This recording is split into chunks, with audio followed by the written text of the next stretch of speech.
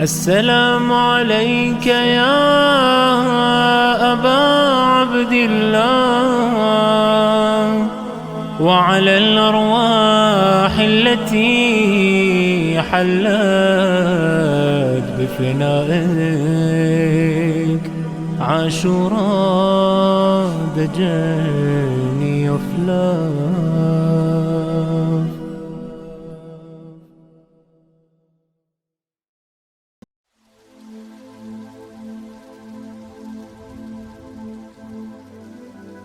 This poem is titled When All Seemed Lost and recounts the final conversation between Sayyidu Zainab and Imam al-Husayn alayhi salam.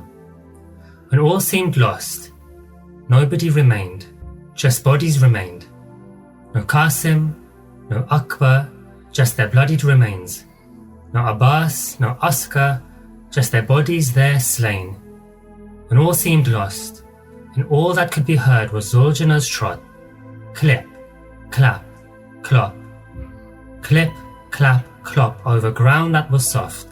Hussein mounted his horse against a backdrop of white tents.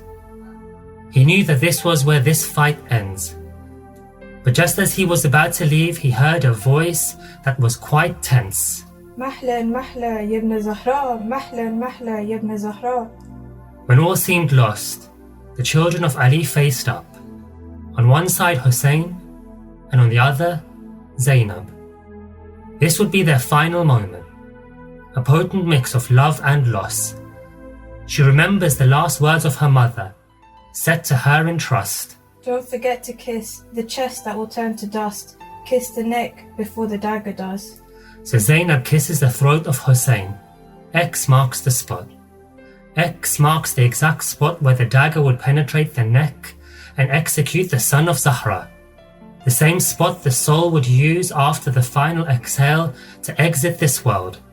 Because every inch of the body was filled with marks from the rocks that were hurled, with bruises from, punches from the fists that were curled. Another kiss.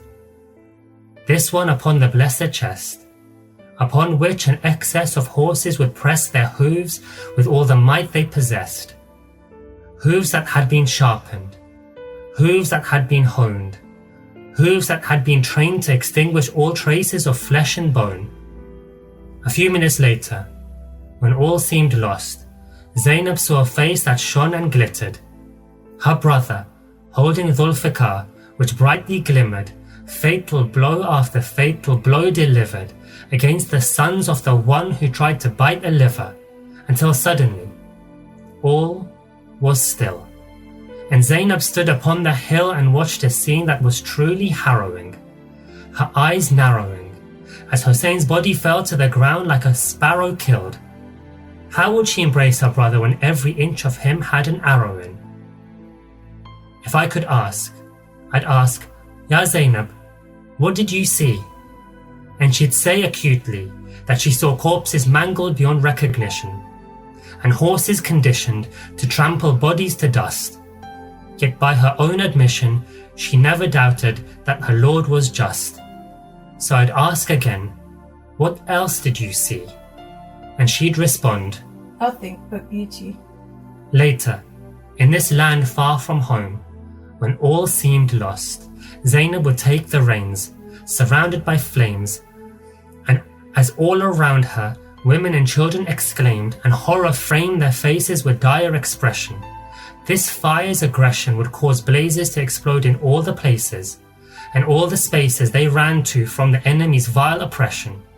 For them, in that moment, all seemed lost. And perhaps it was, until, later still, an exodus of men, women, and children would, rather extraordinarily, leave their lands, regardless of expense, regardless of extent, to reach that sacred sand and awake and stand between one hill, two soldiers, and two domes, and call this place their new home. When all seemed lost, it wasn't, at all, for God's handwriting on the plains of Karbala was legibly scrawled. Sallu ala Muhammad wa ala Muhammad.